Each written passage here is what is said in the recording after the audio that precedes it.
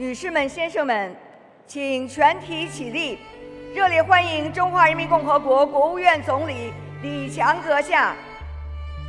各国与会领导人和国际组织负责人入场。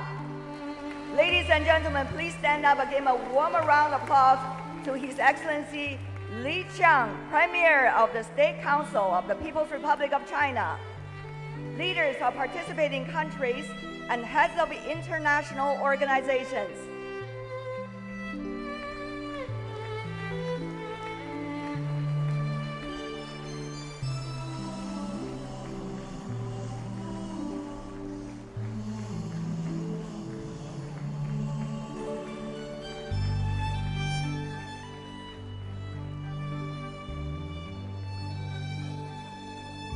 Guests, please be seated.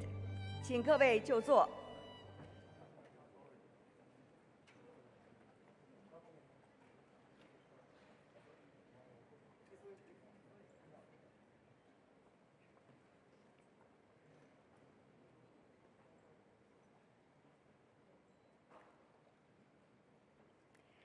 现在，请博鳌亚洲论坛秘书长李保东先生主持开幕式。Now let's welcome Mr. Li Baodong, Secretary General of the Boao Forum for Asia, to moderate the opening plenary.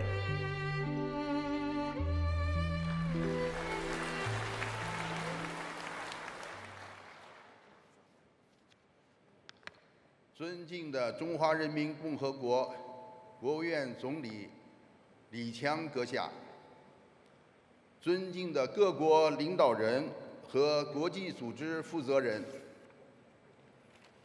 尊敬的博鳌亚洲论坛理事长潘基文阁下，副理事长、中国首席代表周小川阁下，尊敬的博鳌亚洲论坛资委会主席、日本前首相福田康夫阁下，尊敬的曾培炎副主席阁下，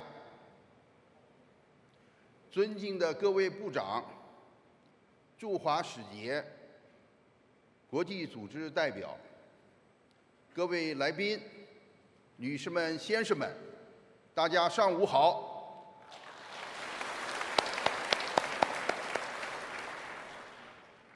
首先，我荣幸地宣布，博鳌亚洲论坛2023年年会正式开幕。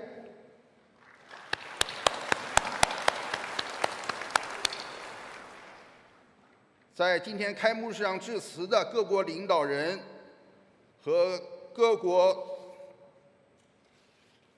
使节，还有国际组织的负责人有中华人民共和国国务院总理李强阁下，新加坡共和国总理李显龙阁下，西班牙王国首相桑切斯阁下，马来西亚总理安瓦尔阁下，国际货币基金组织总裁戈尔基耶娃女士及企业家的代表，我谨代表博鳌亚洲论坛对各位领导人和国际组织负责人表示热烈的欢迎和衷心的感谢。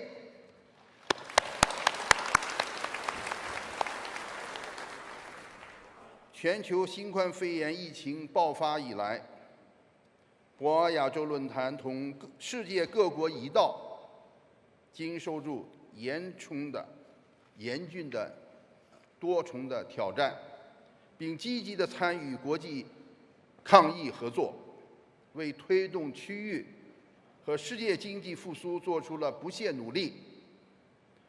本届论坛年会完全恢复线下举行模式，各国政府、工商界、学术界领袖重聚一堂，探讨亚洲和全球发展大计。我谨向东道国和有关国家政府以及各界人士向论坛提供的大力支持，表示衷心的感谢。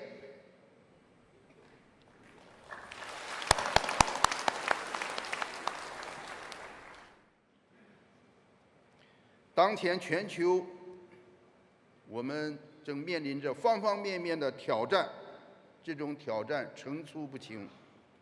世界正在经历深刻而宏阔的历史之变。我们热情地期待本届论坛年会在和平发展、合作共赢的旗帜引领下，在各方共同参与下，继续迸发出引领时代的思想，化解挑战的良方，凝聚共识的力量。下面我邀请博鳌亚洲论坛理事长潘基文阁下致欢迎词。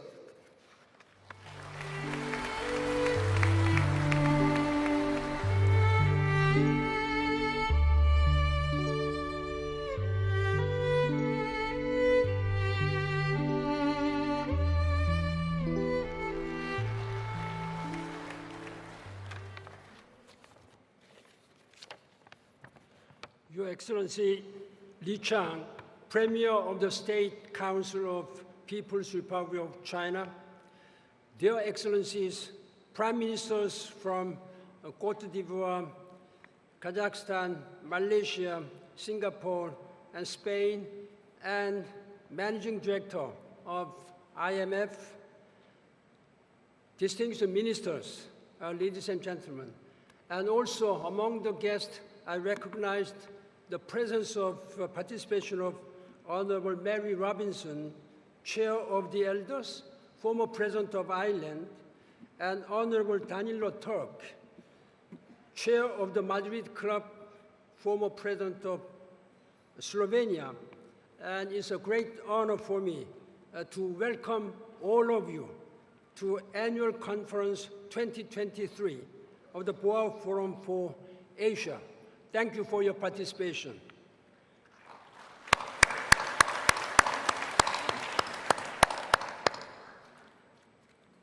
For many of us, this is the first time we meet face-to-face in 4 years' time. It's a happy reunion after such a long interval. It is a great start for our new journey after so many crises, shocks, and surprises. It's time to look ahead and plan for our shared future. It's time for renewed action on challenges of long-term and global nature. We do not have much time left. Clocks are ticking on multiple fronts. Loudest of all is the climate clock. We have agreed to act together. We have made good promises, good deals. We also are seeing encouraging progress. But the climate clock seems to be ticking much, much faster and well ahead of our responses. We just cannot keep pace. As the world's attention is preoccupied with the virus, conflict, inflation, and recession, global temperatures continue to rise unabatedly. We have gone through the 7 hottest years on record. More will surely come if climate action stays behind the pace of climate change instead of overtaking it. And the poverty clock. For a time, the pandemic alone threatened to push some 100 million people back into extreme poverty. The real number could be worse. Food and energy crisis following the conflict in Ukraine dealt with another heavy blow to those struggling to make ends meet. As inflation persists, the poor and the vulnerable faces a worsening cost of living crisis. The International Monetary Fund, IMF, has forecast a still tougher year for the economy. That's bad news, again, for the stalled global fight against extreme poverty and climate and inequality.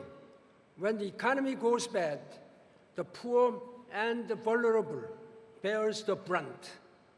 If it goes well, the rich and privileged few countries wins the most.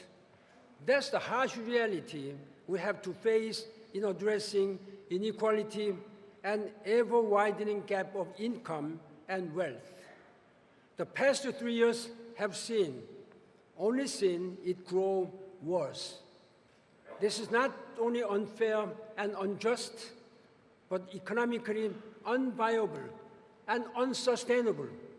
Without a strong and stable middle class supported by political will, economic growth and prosperity will not last long.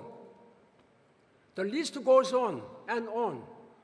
The UN 2030 Agenda for Sustainable Development Goals has listed 17 goals of sustainable development to be accomplished by 2030. We have only a little more than 7 years to go. Where are we now? Where are we now? Barely half done, less than half done. Let me repeat, we do not have much time left. The past 3 years is a lost window of opportunity in many ways. Because of pandemic, we must make up for the loss with a greater urgency, stronger will, and bolder actions. Let's not waste our invaluable time and limited time in geopolitical rivalry, ideological confrontations, and geo-economic fragmentations. Rather, let's get reunited to take on our common and long-term challenges. Clearly, solidarity and cooperation remains the best way through the uncharted waters of global uncertainty. Yes, we have piles upon piles of immediate and short-term headaches. Our hands are full and heavy. There is no underestimation their urgency and complexity, but we must caution against being blinded by short-sightedness. We should have global vision, longer vision, united by global partnership. The cost of losing sight of the bigger picture is just too high. Standing at this podium, ladies and gentlemen, I see in front of me an audience of more than 2,000 political, business, intellectual, and opinion leaders of the world that can shape, who can really shape the course and future of this dynamic region and the world at large. I take this opportunity to appeal to the leaders of the world and citizens of the world to think ahead, think long-term, think global, and think big. I count on your global and wisdom to secure our shared future of sustainable and inclusive peace and prosperity. Excellencies, ladies and gentlemen, let us work together as global citizenship to make this world sustainable and better for all. That's your political and, for us, moral responsibility for our succeeding generations and the only planet Earth, which we have to care. Thank you very much. 谢谢。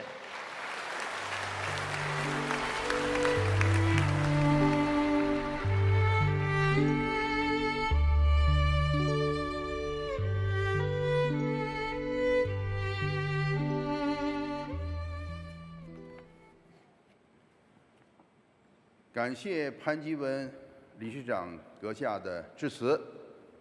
我荣幸地邀请中华人民共和国国务院总理李强阁下致辞。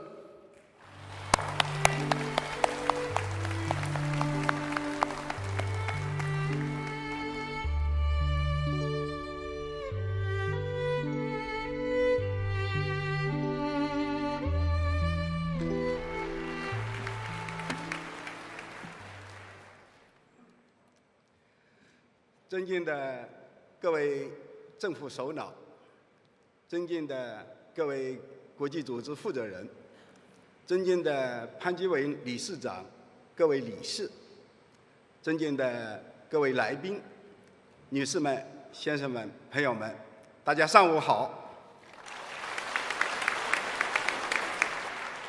很高兴与大家相聚在美丽的海南岛，共同出席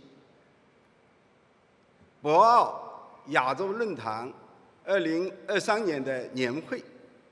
首先，我谨代表中国政府对年会的召开表示热烈的祝贺，对各位远道而来的客人表示热烈的欢迎，对大家长期以来给予中国发展的关心支持表示衷心的感谢。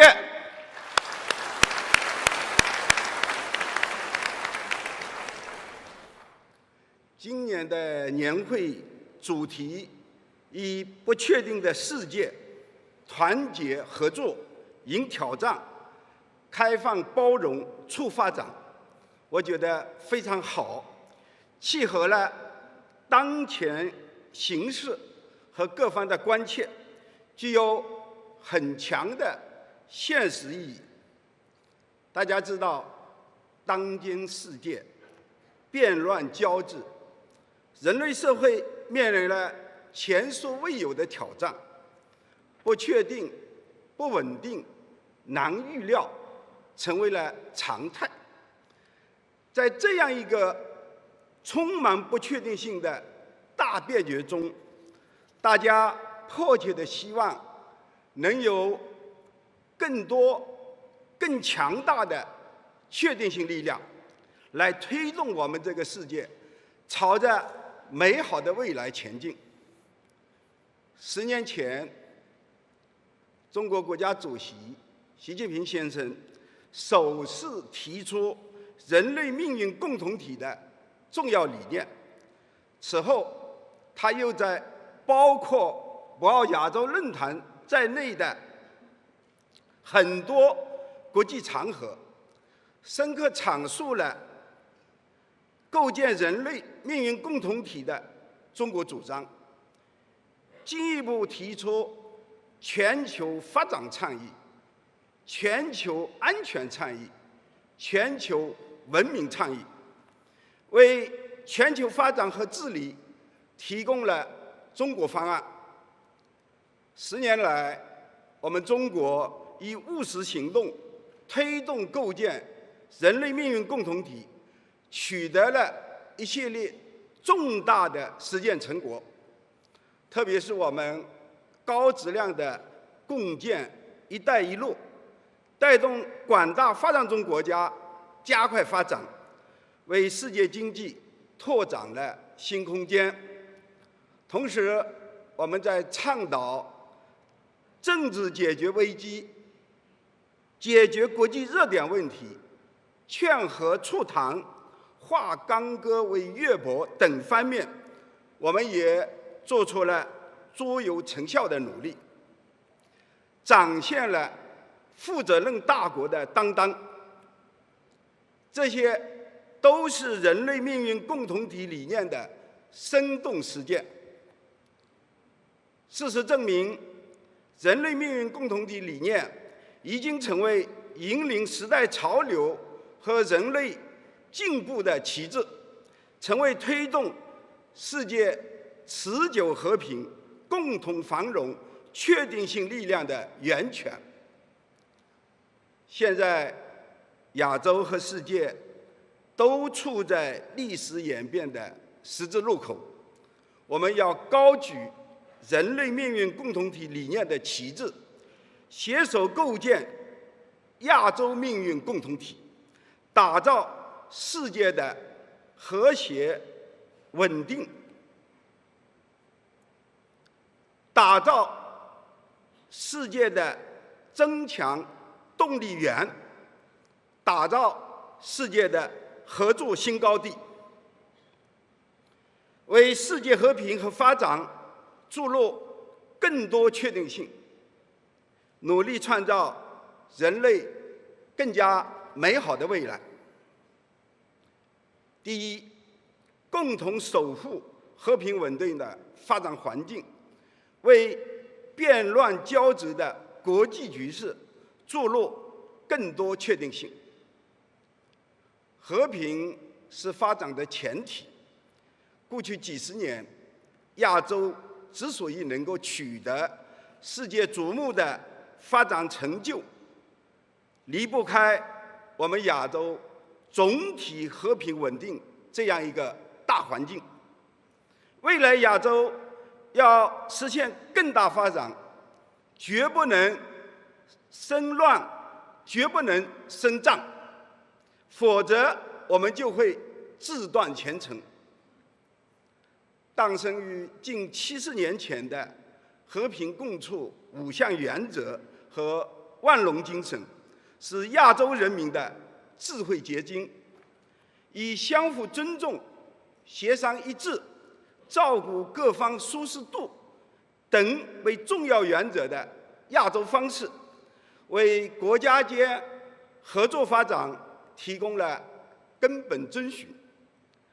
世界形势越是动荡不安，我们越要倍加珍惜这些宝贵财富，坚决守住来之不易的和平局面。我们要始终坚持睦邻友好，坚持东盟在东亚区域合作中的中心地位，安危共处与共，命运与共，确保亚洲持久和平稳定。我们要落实全球安全倡议，坚持共同、综合、合作、可持续的安全观，反对滥用单边制裁和长臂管辖，反对选边站队、集团对抗和新冷战。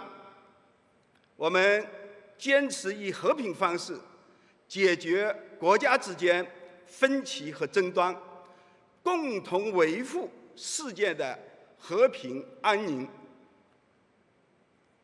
第二，共同打造更具活力的增长中心，为世界经济复苏注入更多的确定性。我们亚洲拥有世界上60%的人口，40%的经济总量，超过30%的国际贸易，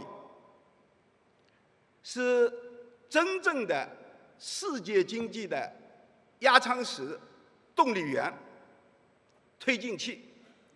我们要落实全球发展倡议，抓住新一轮科技革命和产业变革的机遇，在数字经济、绿色经济等领域广泛开展合作，打造新的增长极，使亚洲能够成为世界经济复苏和发展的新的动力源。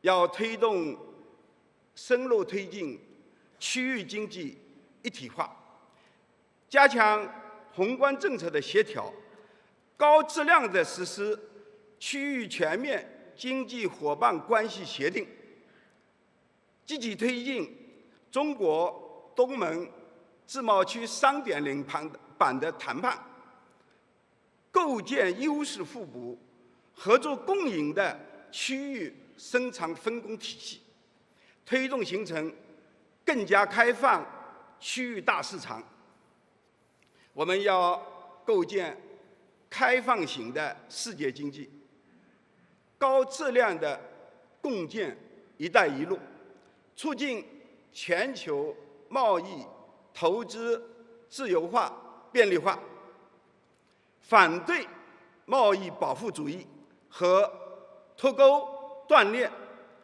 要确保全球产业链、供应链的稳定畅通，为世界经济的发展注入强劲的动能。第三，共同拓展团结合作的有效途径，为深刻变革的全球治理注入更多的确定性。大家知道，当今世界就是一个地球村，我们是共同生活在地球村里面，各国的前途、命运都是紧密地联系在一起。我们面临的许多全球性的问题，需要各国之间坐下来共同协商、共同解决。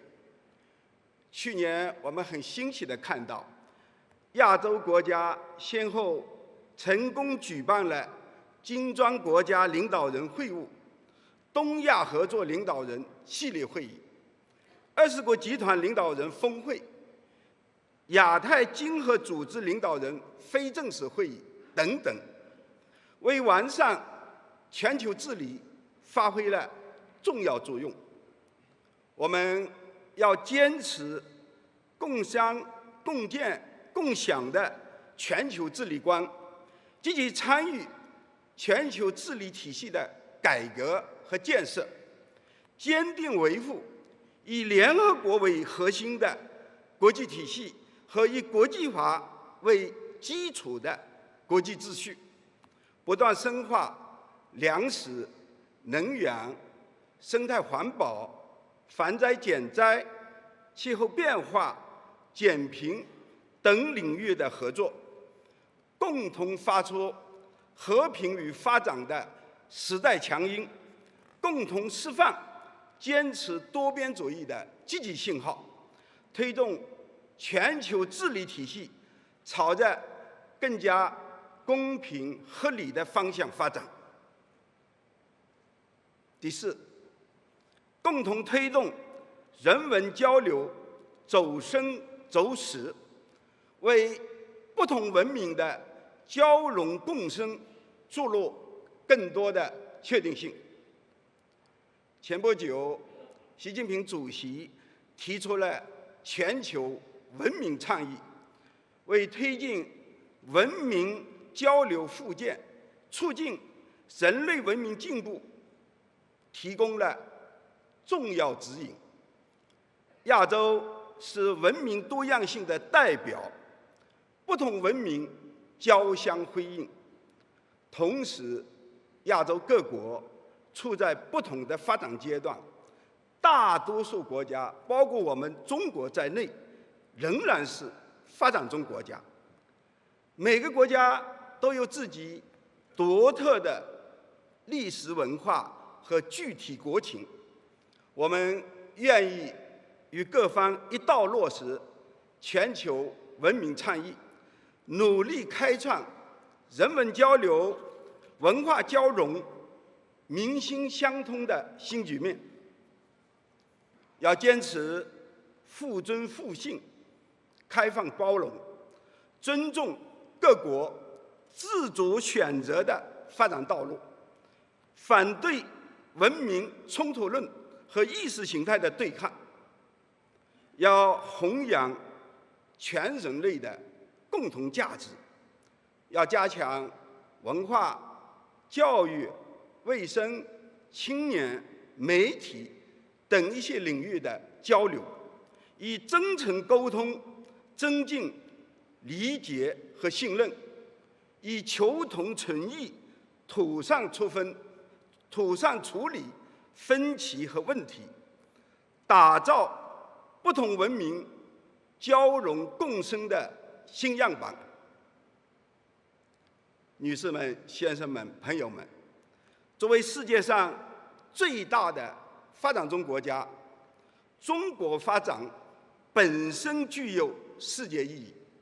我们在全力办好我们自己事情的同时，主动顺应和平、发展、合作、共赢的时代潮流，始终做世界和平的建设者、全球发展的贡献者、国际秩序的维护者。我们中国创造了经济快速发展、社会长期稳定两大奇迹，这本身就是对世界的巨大贡献。可以说，在不确定的事件中，中国的确定性是维护世界和平和发展的中流砥柱。过去如此，未来和当下更是如此。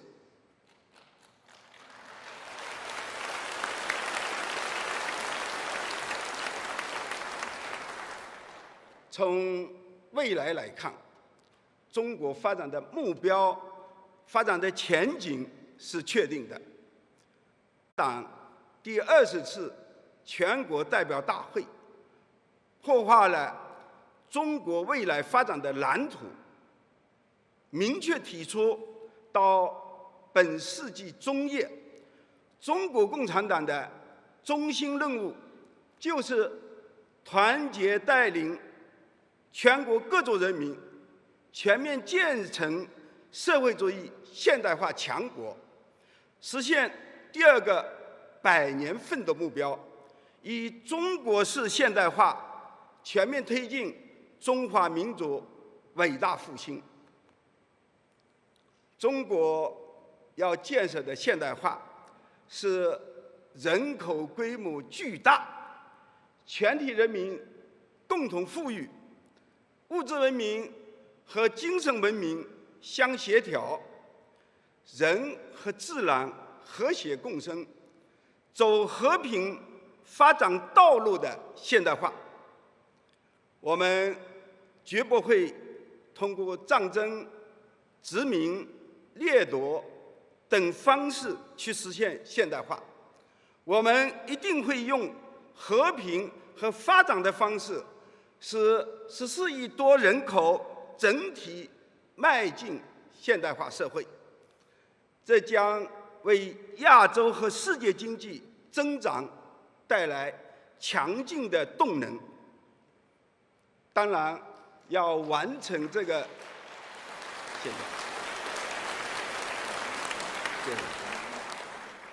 当然要完成这个中心工作，需要长时间的持续奋斗。在这个过程当中，无论世界发生什么样的变化，我们都将始终坚持改革开放、创新驱动，既为整个世界经济发展不断注入新的动力和活力，也让世界各国分享中国发展的机遇、中国发展的红利。我想，一个长期稳定、一心发展的中国，一个脚踏实地、勇毅前行的中国，一个自信开放、乐于共享的中国，一定是世界繁荣稳定的巨大力量。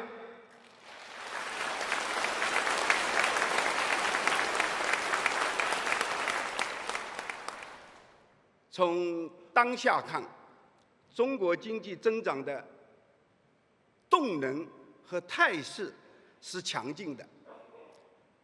今年前2个月，中国经济已经呈现出恢复向好的态势。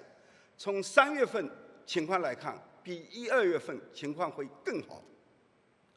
特别是消费、投资等主要经济指标不断向好，就业、物价总体稳定，市场预期有了明显改善，制造业采购经理指数连续站在荣枯线以上。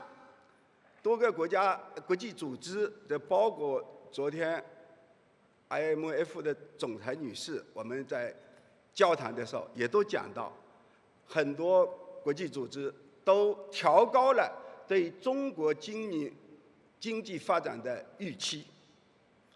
应该说，现实情况比我们统计数字更有说服力。就是我们这次召开论坛的海南省，我这2天与海南省的负责人多次进行了交谈。原来海南每年最典型的是春节期间旅游黄金周，今年就不是个黄金周了，旅游变成了黄金月，变成了黄金季。这段时间，海南岛仍然是游人如织，离岛免税商品销售情况持续火热，这些都充分反映出中国经济韧性强、潜力大、活力足，反映出中国经济长期向好的基本面，也反映出中国经济社会发展的政策措施是科学有效的。下一步，我们将继续坚持稳字当头、稳中求进，巩固拓展经济恢复向好的态势，推动中国经济运行持续整体好转。我们将把实施扩大内需战略同深化供给侧结构性改革有机结合起来，持续扩大中国的市场规模。我们将在扩大市场准入、优化营商环境、保障项目落地方面推出新的一系列举措，不断地优化国企港干、民企港船、外企港投的制度环境。我们将有效防范化解重大风险，特别是要保持我们国家金融运行的整体稳健，牢牢守住不发生系统性风险的底线。我们有信心、有能力推动中国经济这艘巨人乘风破浪，行稳致远，为世界经济发展做出更大的贡献。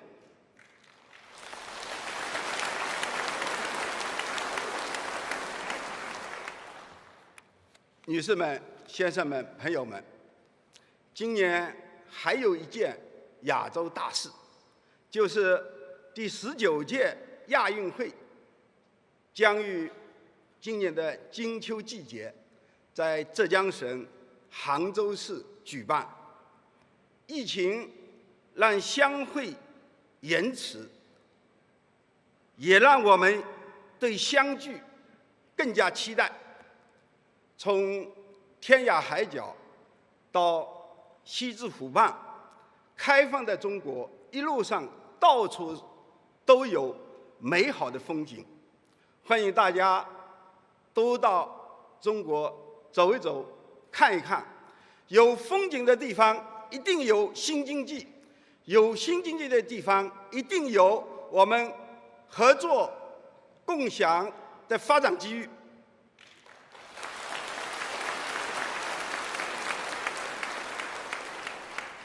我相信，只有我们携起手来，团结合作，迎挑战，开放包容促发展，就一定能给亚洲、给世界带来更多的确定性，就一定能开创人类社会更加美好的未来。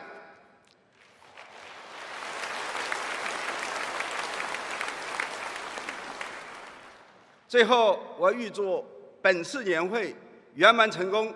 谢谢大家。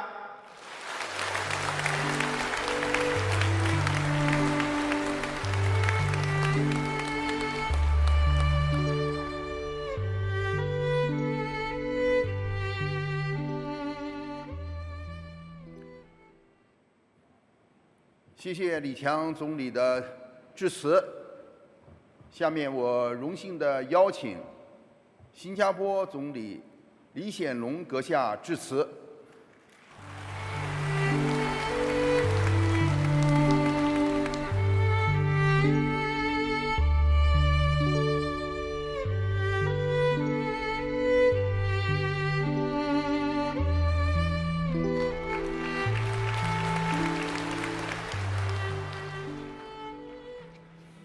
Your Excellency, Premier Li Qiang, distinguished guests, ladies and gentlemen, 大家早上好。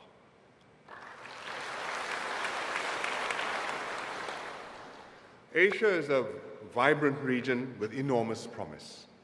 It's home to more than half the world's population, and Asians are increasingly better educated, brimming with energy, ideas, and dynamism.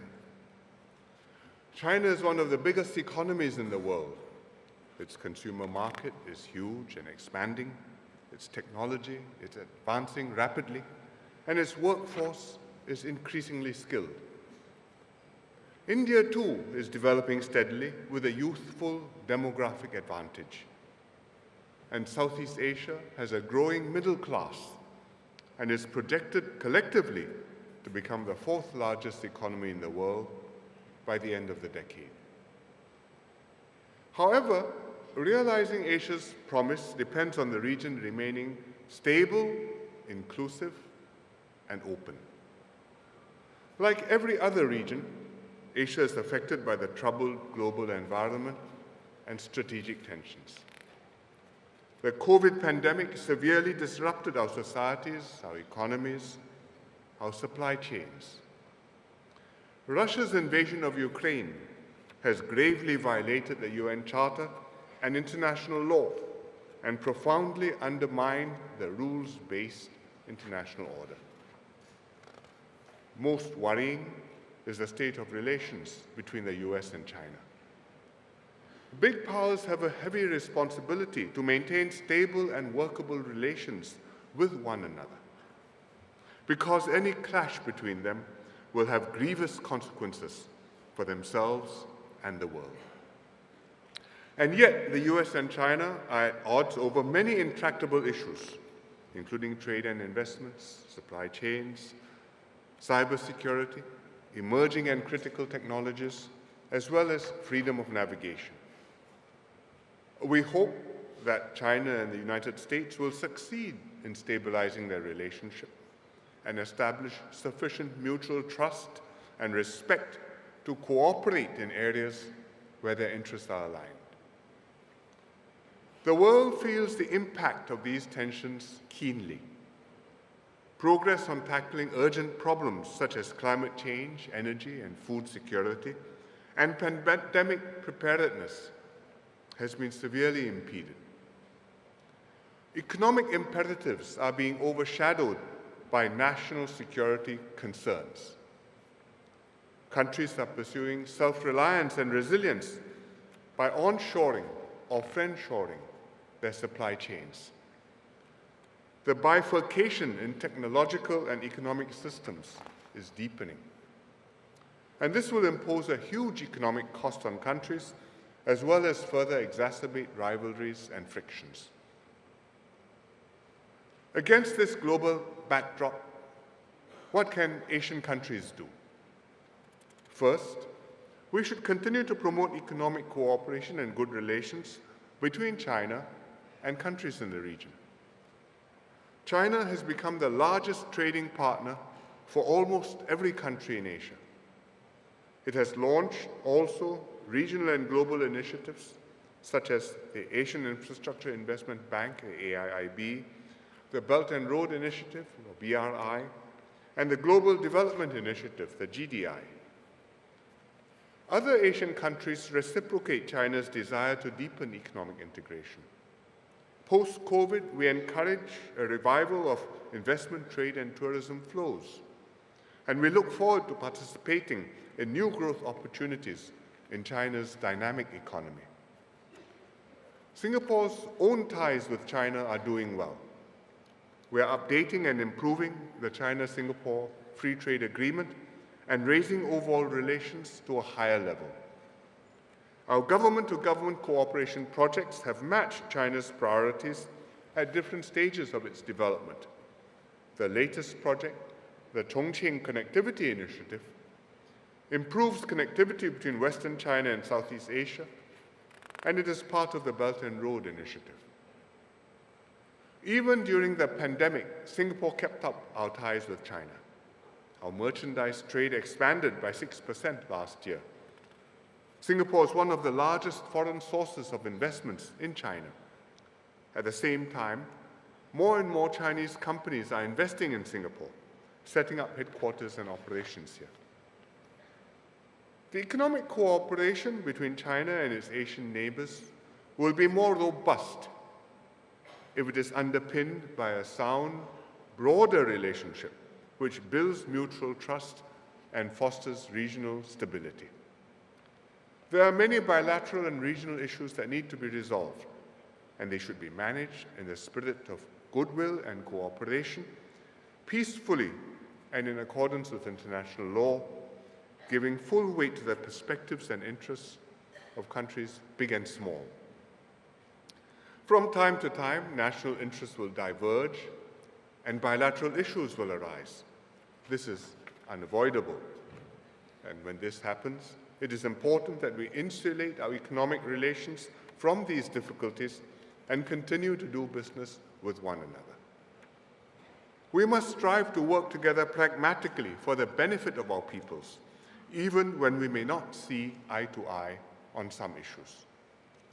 This will enable all Asian countries to coexist peacefully with one another and enjoy the space and security to chart their own paths towards development and prosperity. Secondly, besides strengthening their ties with China, countries in Asia also need to deepen cooperation with one another. We should build a dense mesh of cooperation and interdependence rather than a hub-and-spokes model, because this will result in a stronger and more resilient region. ASEAN is a key organization that promotes cooperation in Southeast Asia. ASEAN member states are working systematically to strengthen integration among ourselves. The ASEAN Digital Economy Framework Agreement will deepen our cooperation in a sector which will only become more crucial and pervasive.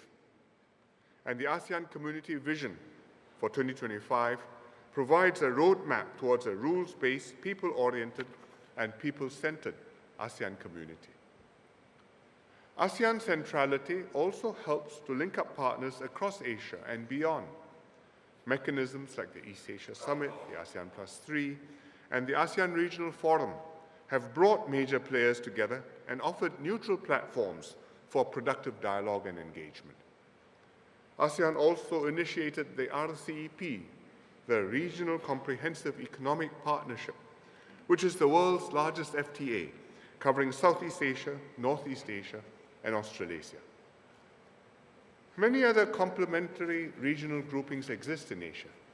These include the Comprehensive and Progressive Agreement for Trans-Pacific Partnership, the CPTPP, the Indo-Pacific Economic Forum, the IPEF, and the Digital Economy Partnership Agreement, or DEPA.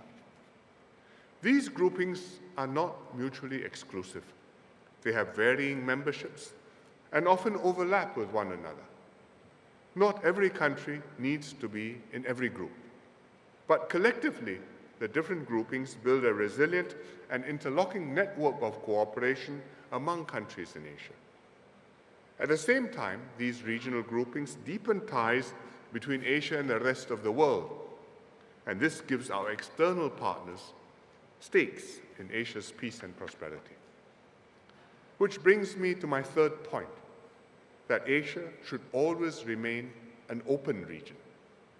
As Asian countries develop cooperation among ourselves, we should also cultivate our relations with the US, Europe, and other parts of the world.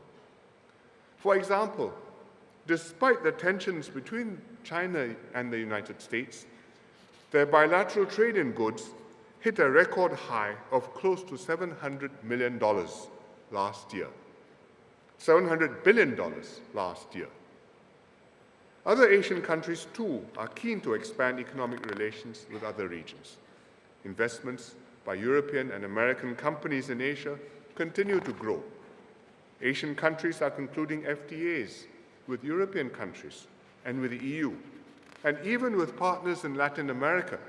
For example, Singapore has a free trade agreement with the Pacific Alliance. Strong economic ties across regions will foster greater interest among more stakeholders to engage constructively in Asia. This will encourage healthy competition, spur innovation and partnerships, moderate tensions when they arise, and make for a more stable and balanced region. Whether Asia can realize its promise will depend on how well countries in Asia maintain stable relations and cooperate practically and productively, both amongst themselves and with our external partners. As a very important economy in Asia, China has a big role to play in all of this. We welcome China's commitment to continue opening up its economy and to continue supporting multilateralism and regional cooperation. And we look forward to all parties contributing more actively to regional and global development and prosperity to benefit Asia and the world. Thank you very much.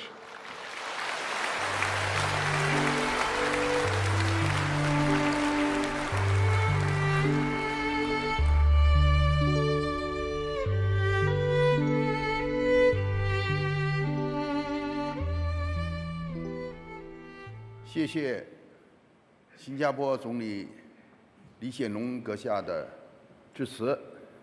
下面我荣幸地邀请西班牙首相桑切斯阁下致辞。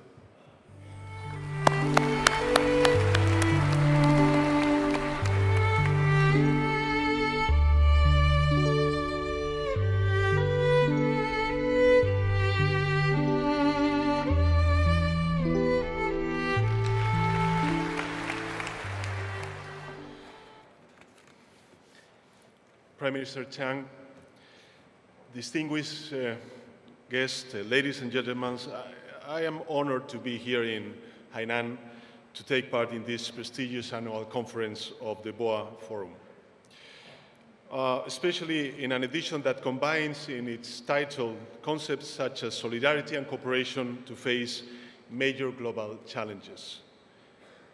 In just a few days, I have attended the European Council in Brussels, the Ibero-American Summit in Dominican Republic, and now I am here in an official visit to China. In less than a week, I will have met more than 40 leaders from 3 different continents. And let me be clear, in every meeting, I have heard the same yearning for peace, stability, and prosperity. Nobody wants economic fragmentation or war. Humanity faces global challenges of an unprecedented scale: a climate emergency, a pandemic, and the brutal and illegal aggression of Russia against Ukraine that is causing a major humanitarian crisis, food insecurity, inflation, and increasing debt distress in a growing number of vulnerable countries. In this context, the international community needs responsible and constructive players. And that is what Spain wants to be. Firstly, as a reliable and open country, but also as the upcoming presidency of the European Union, part of the Ibero-American community, and an active member of all big multilateral organizations and fora. It is essential to rebuild trust through dialogue, solidarity, and cooperation.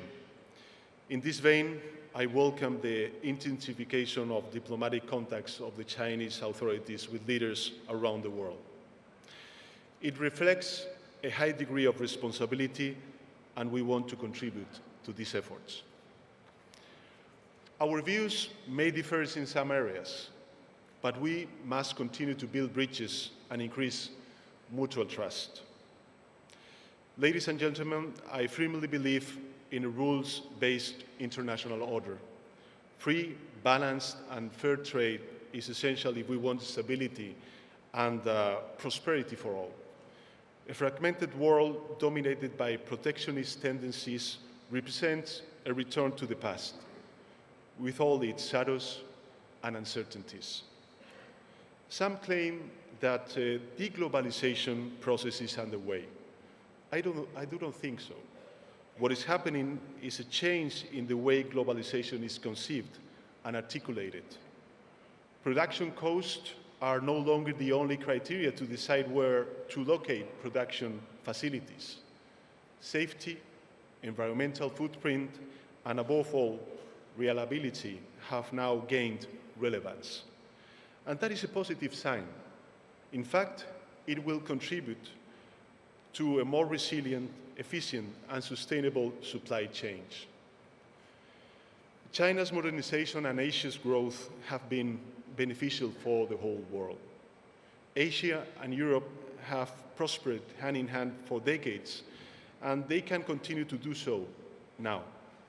Together, China and Europe account for a quarter of the world's population and around the half of the world's GDP. We share many common interests and challenges.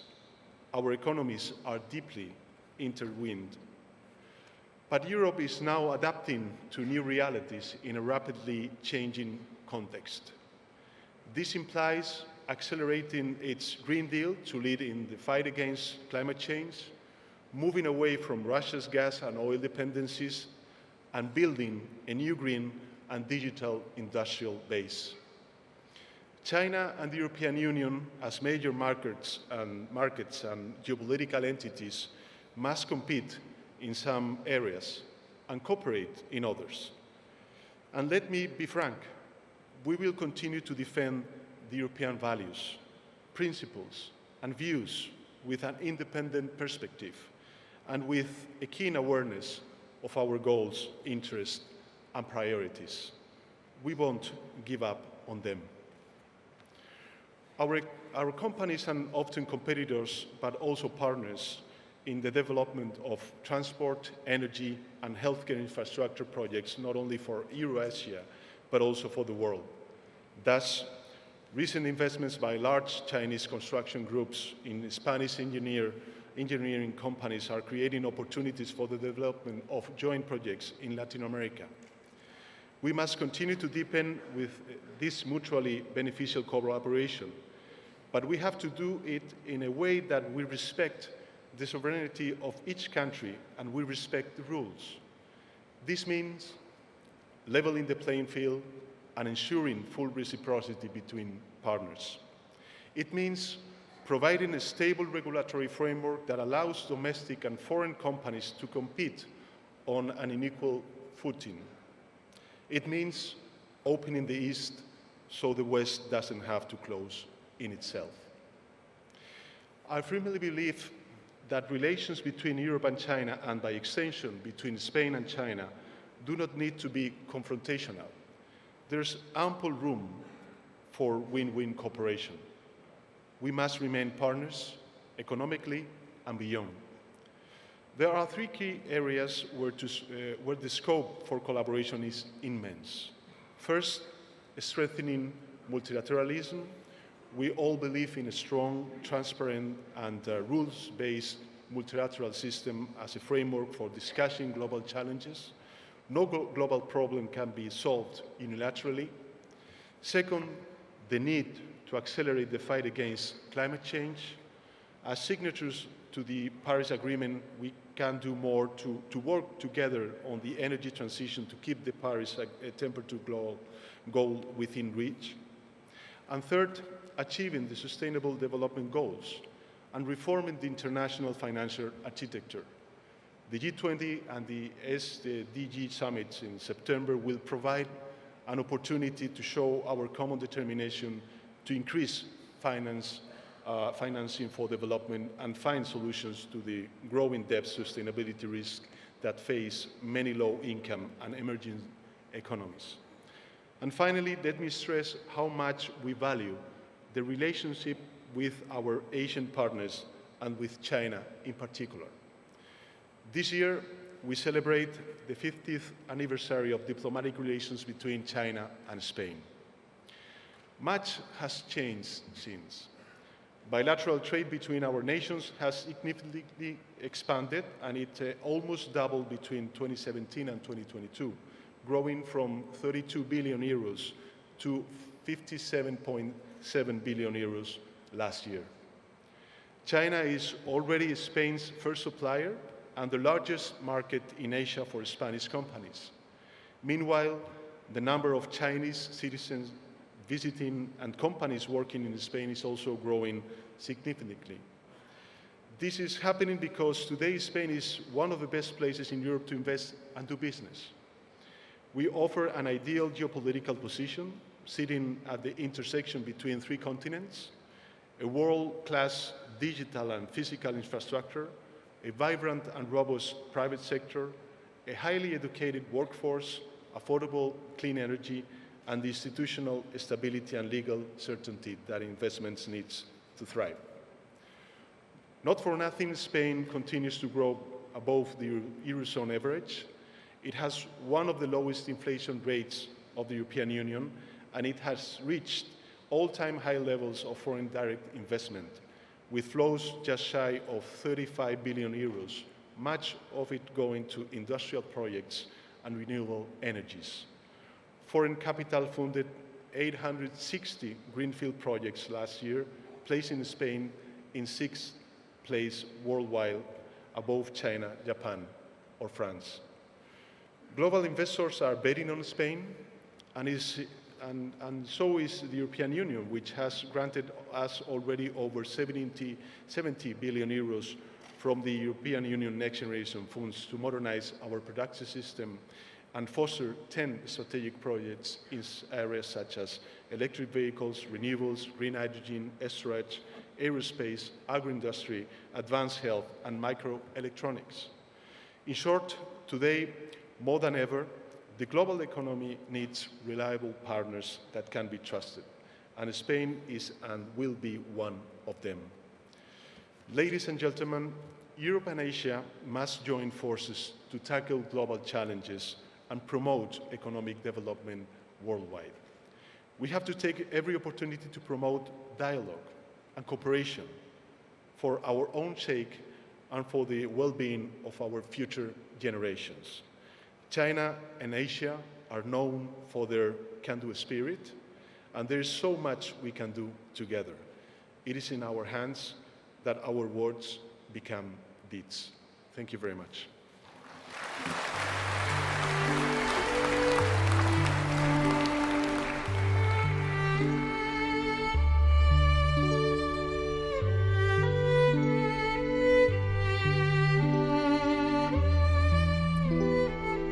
谢谢桑切斯首相阁下的发言。下面我非常荣幸地邀请马来西亚总理安瓦尔阁下致辞。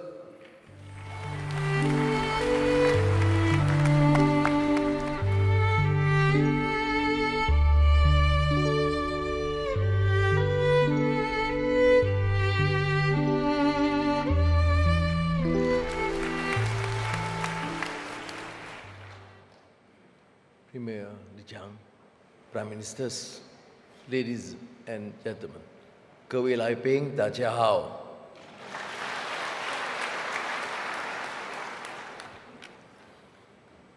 I would like to thank Mr. Li Baodong and the Chinese government for inviting me to attend and address this august gathering. My heartiest congratulations also to His Excellency Premier Li Qiang on his appointment as Premier of the State Council. I'm happy to know that my participation this year coincides with the 10th anniversary of the elevation of Malaysia-China Comprehensive Strategic Partnership since 2013. The theme an uncertain world, solidarity and cooperation for development amid challenges is most apt and relevant given the extraordinary ebb and flow of the state of geopolitics and power as well as geoeconomics which we now live in. While not forgetting the bitter lessons of COVID-19 pandemic, and thank you again to China and the Chinese people for their help and assistance, not only to Malaysia but to the region. 谢谢. Nevertheless, the lessons of history remind us that living in an age of uncertainty is but a mere manifestation of the cyclical nature of socio-political as well as economic evolution. The collapse of the Berlin Wall and the ensuing rapprochement signaled the end of the Cold War, but it led to grandiloquent proclamations about the end of history, namely assertions by the West about the triumph of liberal democracy and capitalism being the be-all and end-all for progress. In the meantime, China and India undertook an unprecedented socio-economic reform which resulted in phenomenal growth, empowering them to reclaim their rightful place on the global stage. ASEAN, too, as Premier Hsien Loong mentioned, has grown, and now we have seen the new Africa. What we have seen in the last 3 decades and continue to witness today is that there are other equally legitimate ways of viewing the world and different paths of interpreting and achieving socioeconomic progress. China's socialism with Chinese characteristics, Chinese path to modernization, and President Xi Jinping's idea of a community of shared future for mankind are notable examples of this. Economic empowerment and civilizational dialogues. Excellencies, ladies and gentlemen, the unity government which I lead has introduced the Malaysia Madani concept as an expression of desire to forge our own path based on our own mode as we create a humanistic nation in line with our civilizational values. In this sense, it is also our national philosophy, centered on 6 core values: sustainability, prosperity, innovation, respect, trust, and compassion. These core values are not new, yet they are the most germane for Malaysia given our history, particularly the past few years. Following this philosophy, allow me to share some thoughts on how we can achieve solidarity and cooperation for development amid challenges. First, we should focus on values that unite us as a human family, not those which divide us. Ethics, sincerity, and integrity in dealing with partners in bilateral and multilateral situations must be paramount. The concept of democratic accountability should prevail rather than just trumpeting the slogans or term democracy, which has been used as a means of pigeonholing countries according to rather arbitrary standards. To my mind, democratic accountability enjoins on leaders to be accountable to the people across the board, providing improved standards of living, transparency in the decision-making process, and essentially the overarching practice of good and effective governance. Secondly, while competition is good, there are lines when cooperation is even better. Today, geopolitical and geoeconomic competition has become an escapable feature of Asia, while geoeconomic competition in the past was focused on commodities and resources. The current race is about cutting-edge technology, as demonstrated, for example, in the competition on the semiconductor industry. The rivalry to be ahead in this can take either a productive or destructive turn. On the one hand, we need to recognize that countries will always seek to protect their intellectual property rights and try to stay ahead on the competition. On the other hand, we need to establish certain guardrails so that the competition does not lead to bifurcation in the technological world, one that will raise costs and impede progress. That's why I believe that technological competition should be one of the principal agenda items for discussion at the highest levels, right up there with discourses on security and general economic matters. Having said that, let me reiterate, the unfettered competition must give way to spirited collaboration. We could go even further as we relate this principle of empathy to the analects of Confucius, and what comes to mind are the overarching themes of being humane, conscientious, and kind. The Prophet of Islam said, "The believers in their mutual kindness, compassion, and sympathy are just like one body." Thirdly, as we talk of uncertainties in relation among nations, geopolitical conflicts, and economic rivalry, let us not forget that the ordinary citizen with the burden of having to put food on the table and the tangible and pressing uncertainties faced. For the majority of the world's population, wages remain the main form of income. However, according to the ILO's Global Wage Report 2022-2023, wages and the purchasing power of households have dented considerably due to COVID-19 and global inflation. In the absence of adequate policy responses, the immediate future would witness a sharp fall in real incomes, a rise in inequality, which could fuel further social unrest. In the light of this, we should work closely together in the spirit of cooperation and solidarity, striving towards reducing inequality, promoting social justice, and enhancing standards of living for all. I commend you, Premier Li Qiang, and China for taking this bold initiative of continuing interaction and dialogues with countries. Translating lofty ideas into practical reality, solidarity and cooperation is best exemplified in the realization of the Belt and Road Initiative. With the pandemic behind us, we should try to gain or regain its momentum.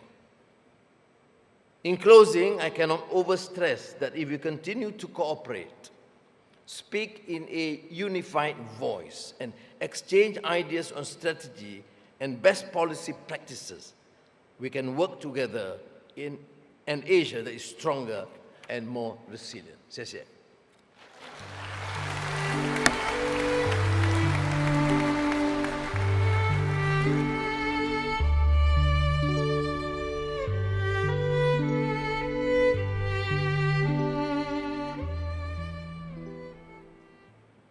谢谢安瓦尔总理阁下的发言。女士们、先生们，近年来有越来越多的非洲国家的领导人和企业家参加博鰲亚洲论坛的各项的活动。今年我们荣幸地邀请到科特迪瓦总理阿西阁下出席今年的年会，并在我们的开幕式上致辞。我荣幸地邀请阿西阁下致辞。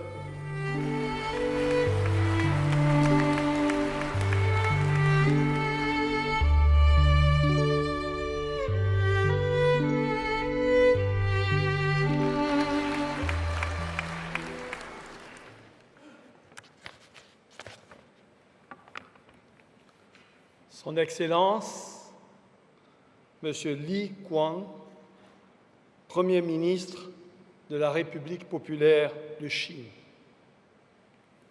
Messieurs les Premiers ministres, Madame le Directeur général du Fonds monétaire international, Son Excellence Ban Ki-moon, Président du Conseil d'administration du Forum de Bois pour l'Asie, Mesdames et Messieurs les responsables du gouvernement populaire de la province de Hainan, Excellences, Mesdames et Messieurs les chefs de délégation, Mesdames et Messieurs les ministres, Mesdames et Messieurs, c'est un véritable honneur pour moi de m'exprimer à l'occasion de cette si belle cérémonie d'ouverture de la conférence annuelle du Forum Boao pour l'Asie. En ces instants solennels, je voudrais transmettre, au nom de son Excellence, Monsieur le Président Alassane Ouattara, Président de la République de Côte d'Ivoire, nos plus chaleureuses salutations et félicitations à son Excellence Monsieur Xi Jinping pour sa brillante réélection en qualité de Président de la République populaire de Chine. Je veux également adresser mes plus sincères félicitations à son Excellence Monsieur Li Qiang pour sa nomination en qualité de Premier ministre de ce grand pays frère et ami de la Côte d'Ivoire. Excellence, Monsieur le Premier ministre, l'année 2023 marque le 40e anniversaire de l'établissement des relations diplomatiques entre la République populaire de Chine et la République de Côte d'Ivoire. À cet effet, je veux ici vous traduire les sentiments de très haute estime que le gouvernement et le peuple ivoirien portent au gouvernement et au peuple chinois, avec lesquels sont partagées les mêmes ambitions de souveraineté, de prospérité, de bonheur, de paix et de fraternité. Nul doute que le meilleur reste à venir dans le cadre de cette relation si fructueuse. Mesdames et Messieurs, le grand maître écrivain chinois Lao Tse nous enseigne, et je cite, « Mieux vaut allumer une bougie que de maudire les ténèbres ».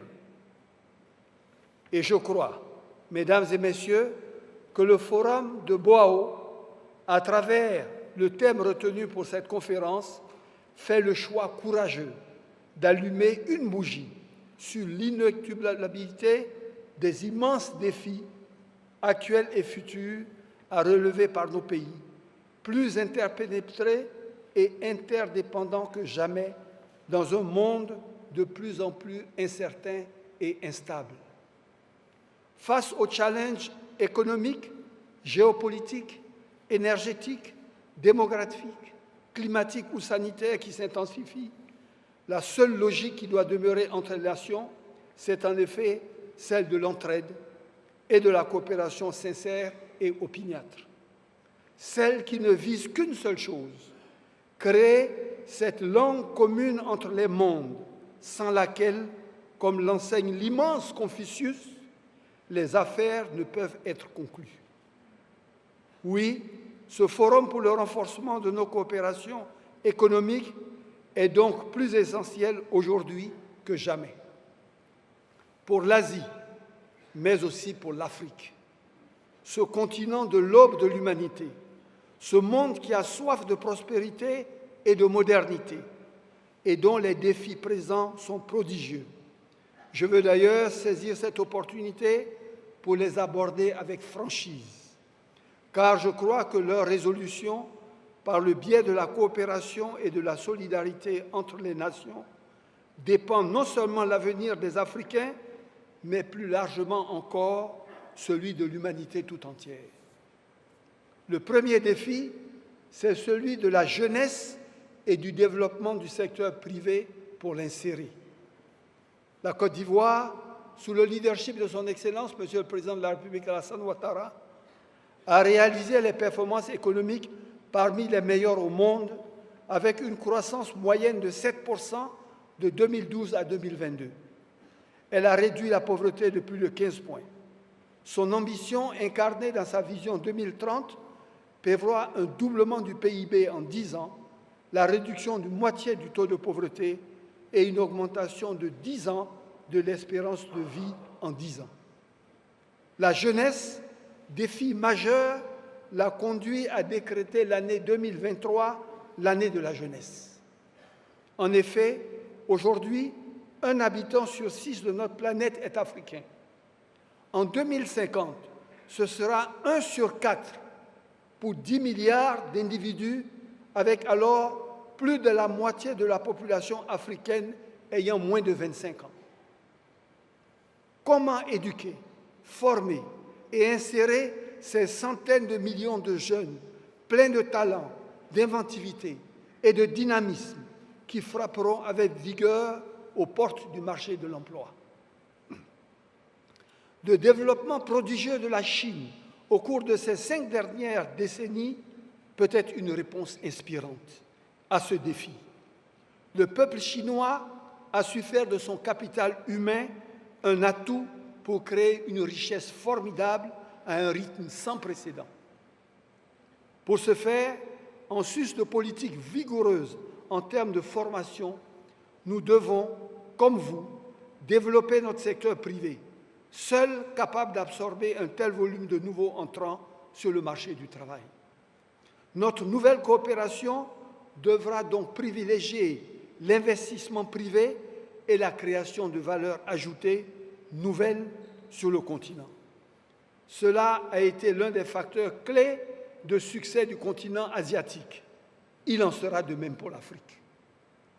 Je voudrais ainsi, du haut de cette tribune, saisir l'opportunité pour lancer un appel aux entreprises du continent asiatique afin qu'elles privilégient l'investissement privé productif gagnant-gagnant à destination de l'Afrique. Notre deuxième défi concerne la mobilisation des ressources financières clés pour notre avenir. Contraints par les chocs extérieurs de plus en plus variés et imprévisibles, dont les impacts sur les finances publiques sont désastreux, en même temps que s'accroissent les besoins internes sociaux et sécuritaires, l'Afrique est prise en étau entre maintenir sa croissance, source de stabilité et de paix, et gagner et garder un cadre macroéconomique sain. Dans un contexte de crise inflationniste, marqué par des taux d'intérêt de plus en plus élevés, il est vital que la solidarité internationale se manifeste en tout point, aussi bien au niveau bilatéral que multilatéral, pour permettre l'accès de nos pays à des conditions plus souples de financement en adéquation avec nos besoins. Les besoins de l'Afrique en infrastructures économiques et sociales, notamment dans l'éducation, la santé, l'énergie, les transports et les réseaux, sont en effet les plus majeurs et stratégiques. Le troisième défi, enfin, africain, c'est bien sûr le défi climatique. Alors même que l'Afrique n'émet que 4% des gaz à effet de serre, elle n'a aucune possibilité dans le développement des énergies fossiles, aucune responsabilité dans le développement des énergies fossiles, et abrite le second poumon de la Terre avec la forêt du Congo. Elle sera, hélas, le continent qui subira le plus les conséquences du changement climatique. Ce défi, nous le vivons comme une urgence absolue. Comment adapter nos modes de vie et nos économies? Comment gérer les déplacements de population? Comment agir face aux sécheresses, à la montée des eaux, aux ravages des tempêtes? Comment garantir la sécurité alimentaire à nos populations dans cette adversité? Il est plus que temps d'agir collectivement et puissamment. Nous attendons ainsi que les financements promis soient au rendez-vous pour une pleine responsabilité et une vraie équité dans l'usage et la protection des ressources de notre planète.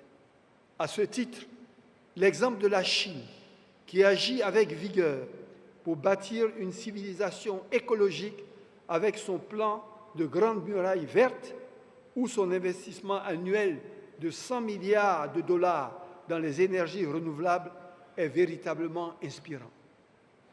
Mesdames et messieurs, chers amis du continent asiatique, dans ces défis communs, l'Afrique veut voir en l'Asie un partenaire stratégique dont elle a beaucoup à apprendre.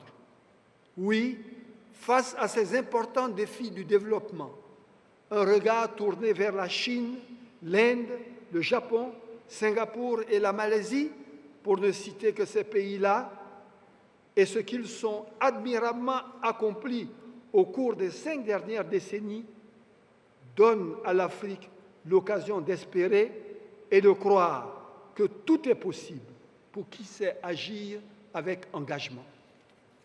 Enfin, face à ces défis cruciaux, il est temps pour l'Afrique d'avoir toute sa place dans le système de gouvernance mondiale, à l'ONU comme au G20.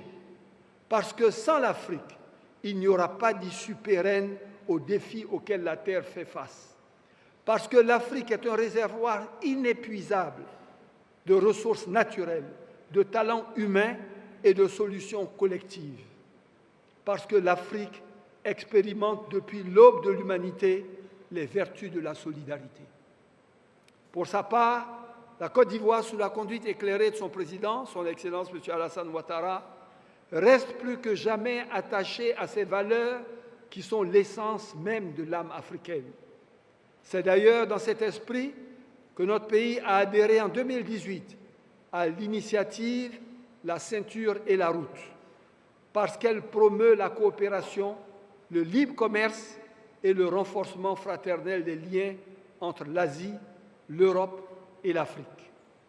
Excellences, Monsieur le Premier ministre de la République populaire de Chine, Mesdames et Messieurs, les nations représentées à ce forum font partie des plus performantes au monde, avec notamment la Chine, l'économie la plus dynamique de ces 50 dernières années. C'est dans ce contexte que je réitère mon vibrant appel au secteur privé asiatique à venir investir en Afrique. Sur notre continent, il existe un proverbe séculaire qui dit que l'union dans le troupeau fait dormir le lion dans sa faim. S'y trouvent résumées les valeurs cardinales de concorde, de solidarité et de progrès collectif, nécessaires dans la lutte contre le lion de la faim, de la pauvreté et du sous-développement. C'est la page qu'il nous appartient d'écrire aujourd'hui ensemble pour toujours renforcer les liens d'amitié et de coopération qui existent entre l'Asie et l'Afrique, pour notre bénéfice mutuel et, j'ose le dire, pour notre planète, l'humanité tout entière. Vive l'amitié des peuples chinois et ivoiriens, asiatiques et africains, et que vivent longtemps les valeurs de dialogue, de paix, de solidarité entre les nations. Je vous remercie.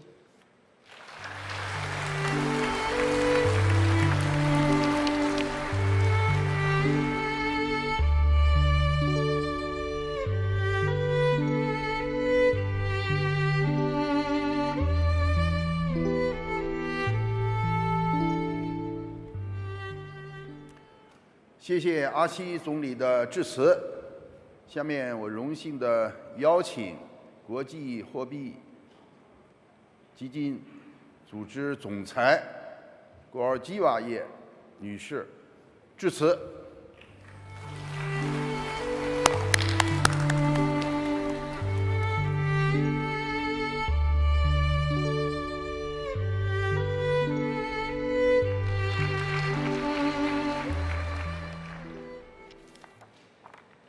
Your Excellency Premier Li Chang, Excellencies, ladies and gentlemen, Chao Shan Hao, good morning. It is very fitting to be here today. The Boao Forum for Asia is hosted by the home of Mulantau Lighthouse, the tallest in China, a beacon of light guiding ships to safe harbor, an inspiration for our discussions as we ought to guide our world economy to a safer. It has been in choppy waters for quite some time, experiencing shock upon shock upon shock. We expect 2023 to be another difficult year, with global growth falling below 3%, as the effects of the war in Ukraine and monetary tightening continue to take hold. A rapid transition from a prolonged period of low interest rates to much higher rates necessary to fight inflation has inevitably caused turbulence in the banking sector in some advanced economies and made policy choices even harder. Asia is a source of dynamism. We project this year China and India to contribute 50% of global growth. But Asia also feels uncertainty in the world we are living today. So how can policymakers navigate these times of uncertainty? This year's Boao Forum gives us an answer: through cooperation and solidarity. The twin beacons of light we can rely on to guide us through the challenges that lie ahead. We know that cooperation has already transformed the global economy by deepening trade integration, which has boosted incomes and living standards across the world. Over the past 40 years, the world economy has tripled in size.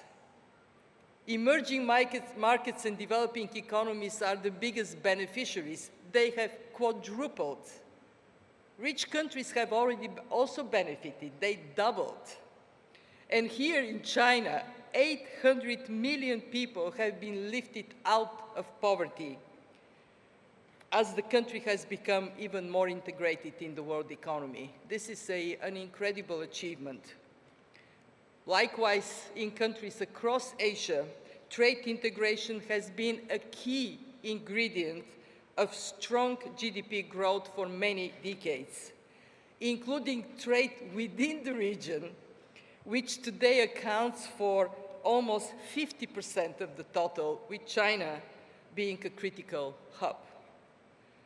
But we must also recognize that the benefits of globalization have not been shared equally across countries or people. And we have learned that supply chains must be made more secure and more resilient. Addressing these concerns, as we heard from Premier Li Qiang, it requires a pragmatic approach, working together where it matters most. For example, to reinvigorate international trade in an equitable way and diversify supply chains based on economic logic. Our research shows that the long-term cost of trade fragmentation could be as high as 7% of global GDP, roughly equivalent to the combined annual output of Germany and Japan. And as a highly integrated region, Asia would be most adversely affected by runaway fragmentation. We must keep these costs down through cooperation. It would be paramount for the prosperity of hundreds of millions of people around the world. Cooperation goes hand in hand with solidarity, with those in greatest need. Over the past 3 years, we have seen low-income and vulnerable countries and people being particularly severely hit. Solidarity starts at home, with governments protecting vulnerable people in their own countries. This means fiscal policy providing targeted support to those most in need, those most affected by food insecurity or the cost of living crisis. And it also means countries in a relatively stronger position, helping vulnerable members of our global community. With interest rates high and many currencies depreciating, this is particularly important for countries in debt distress. We urgently need faster and more efficient global mechanisms for providing debt treatment to these countries. After all, such mechanisms would provide significant benefits to both creditors and debtors.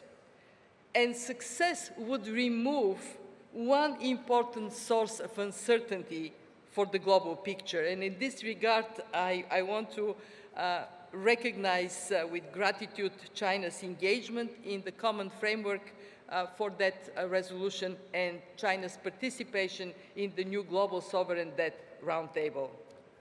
Solidarity must extend to future generations, and nowhere it matters more than in climate action, especially in Asia, with its high population density and exposure to climate shocks. And it is also the place to steer through the green transition much needed opportunities for growth and for jobs. Let me conclude by stating the obvious. Despite all the forces of fragmentation, we know we are stronger together. Together, we can spread a guiding light far and wide. Together, we can navigate the rough waters to reach a safe harbor. Together, we are wealthier and more secure. 谢谢。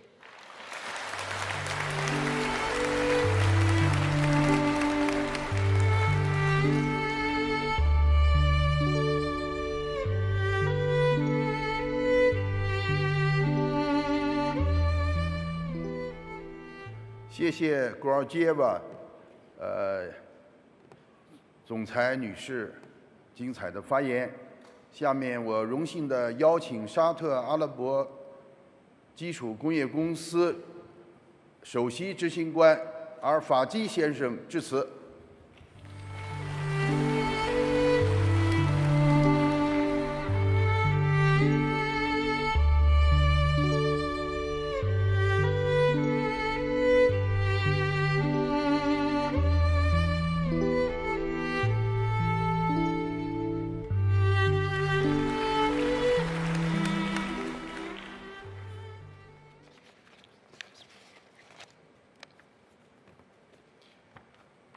Your Excellency Li Chang, the Premier of China, Your Excellency Mr. Ban Ki-moon, Chairman of Boao Forum of Asia, distinguished, honorable states and leaders, distinguished guests, ladies and gentlemen, good morning to you all.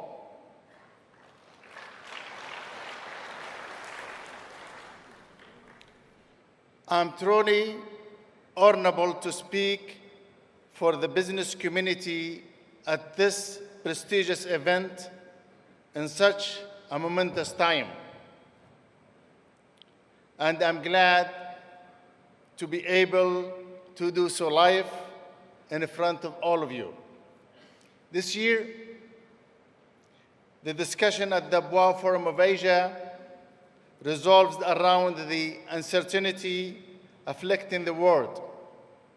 Indeed, things have been changing so fast on the global stage that it will be difficult to re-establish the stability needed for the economic growth. But I see reason for optimism.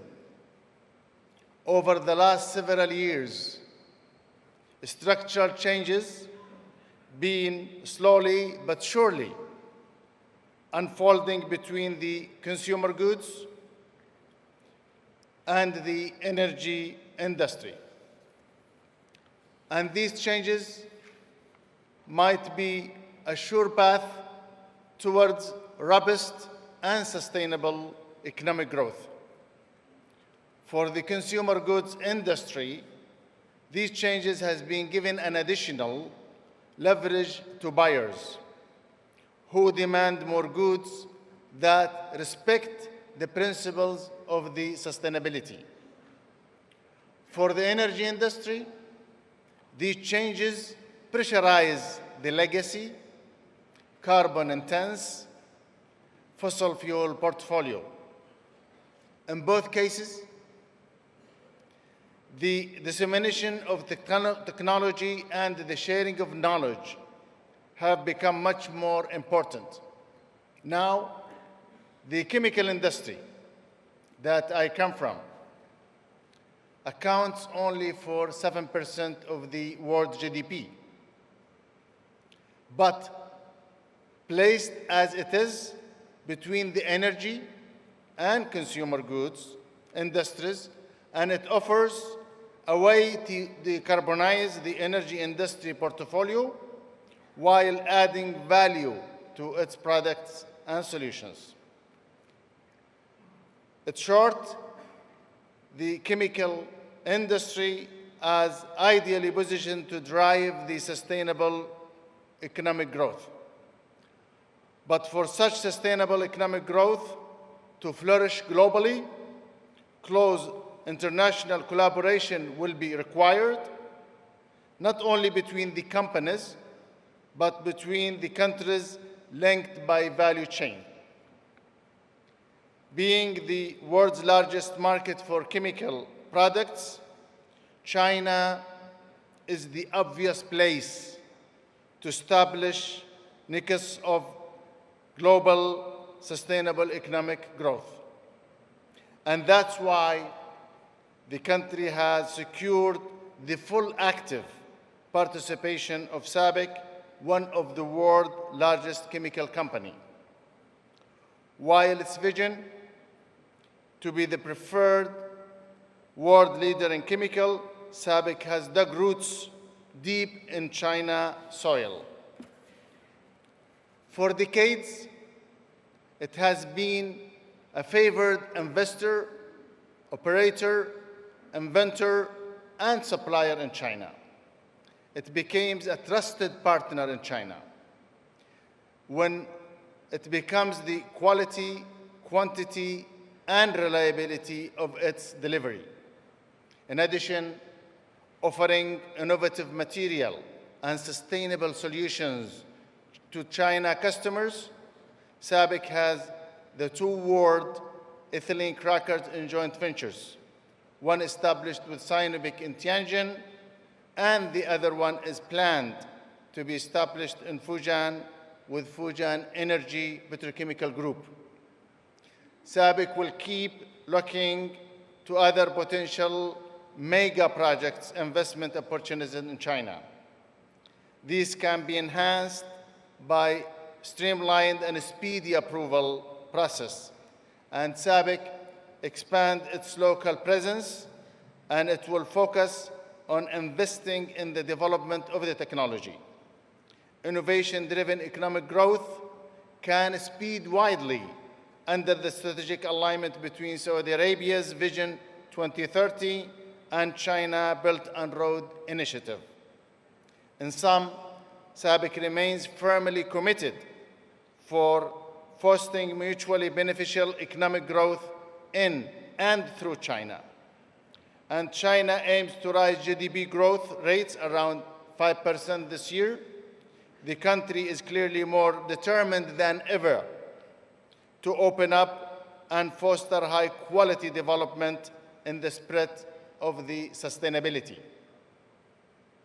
As the first featured speaker representative in the international business community, it takes as my responsibility to speak on this behalf.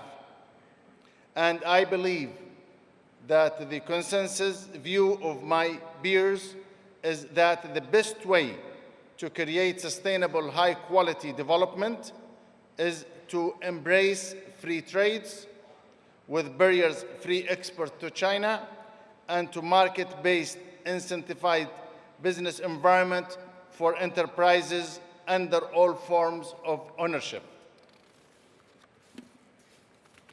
And with this, I will conclude my speech, and thank you very much. 谢谢。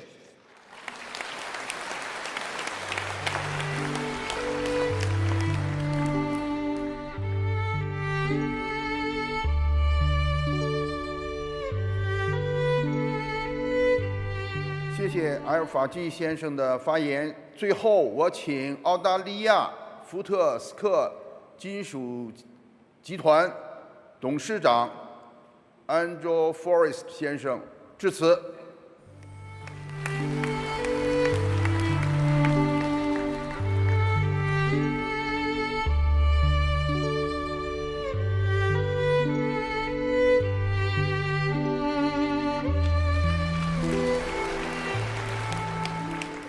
你好，你好。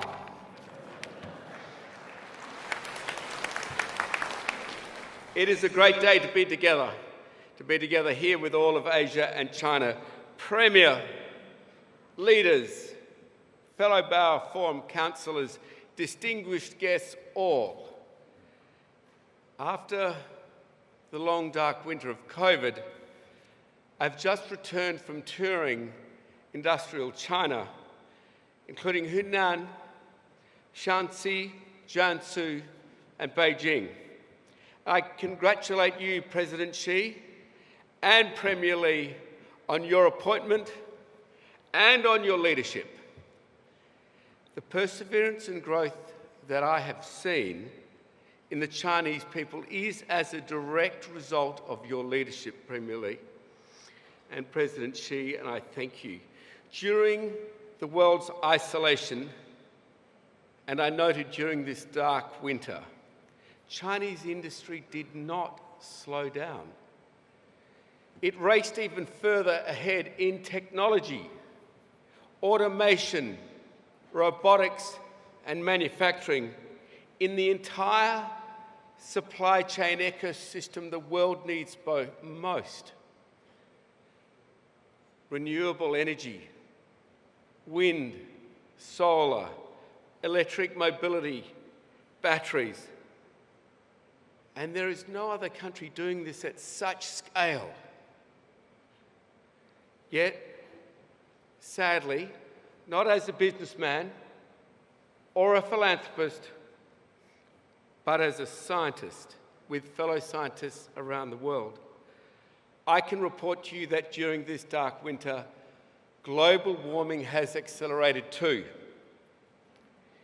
1.5 degrees Celsius warming is tragically most likely to happen this decade. And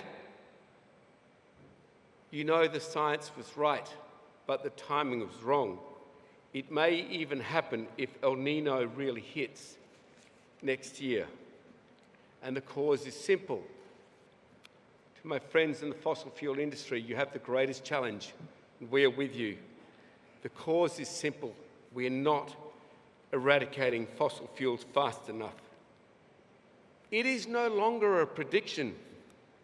We are living in the era of fossil fuel-driven global warming right now. It has no boundaries. It will hurt us all, particularly our beautiful children. And as a child, I was led to believe that out of every setback was the seed to equal or greater opportunity. We must now take this opportunity for them.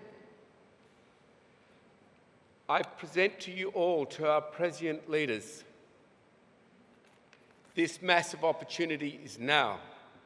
Switching to renewable energy will lead to unprecedented economic growth, full employment, and a material improvement in the standard of living of all citizens. China, more than any other country, can lead this decisive action. Premier Li, you lead the world's supply chain, the world's premier supply chain.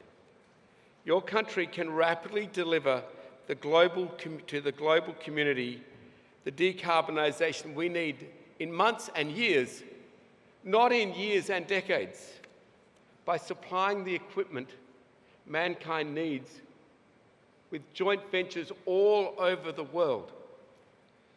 You have the leadership, the capital, the massive technical and industrial base to make this happen. I truly believe, Premier Li, that China's next 5-year plan will not only be the most important plan in the history of the PRC, but with the right settings, the most important 5-year plan we have seen for the world.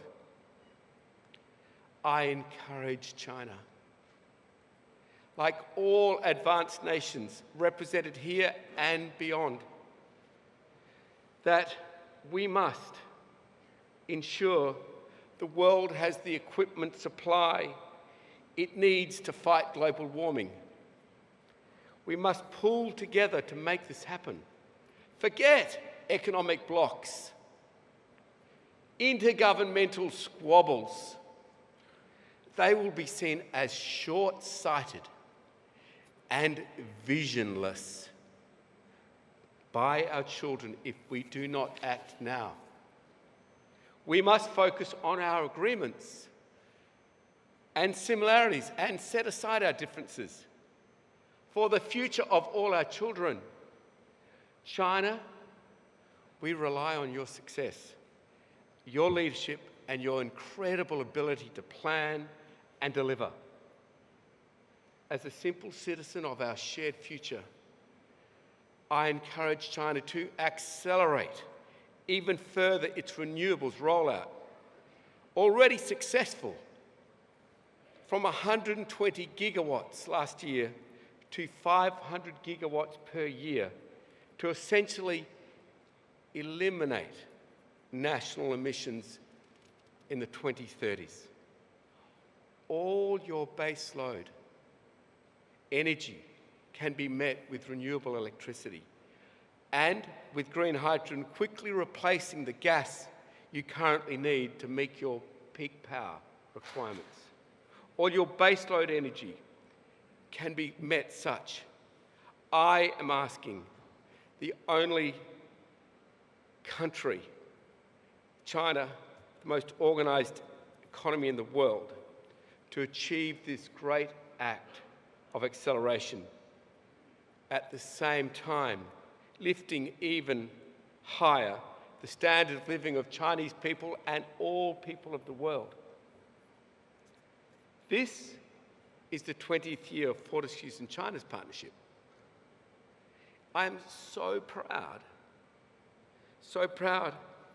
that our iron ore has helped build this great nation. My promise to you now is that our iron ore will soon be green as we fully decarbonise our mining sites by 2030, bringing green steel one step closer.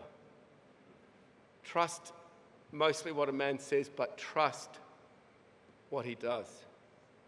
It is my life's aim, Premier Li, and all leaders here in this great hall, that in 2049 we not only celebrate the first century of the PRC, but also that all children are growing up not in an unlivable, polluted planet, but in a green, harmonious world, one that only infinite, renewable energy that yours, President Xi and Premier Li, in this critical decade, that leadership can give them. Thank you.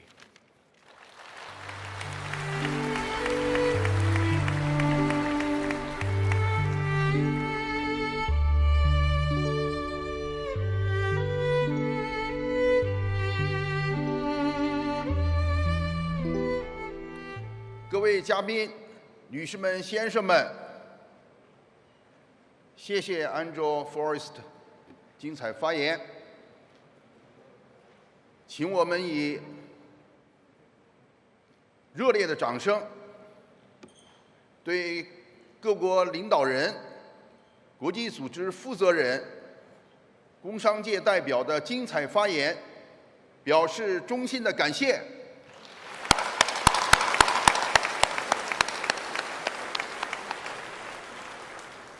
下面请大家起立，欢送各位领导人。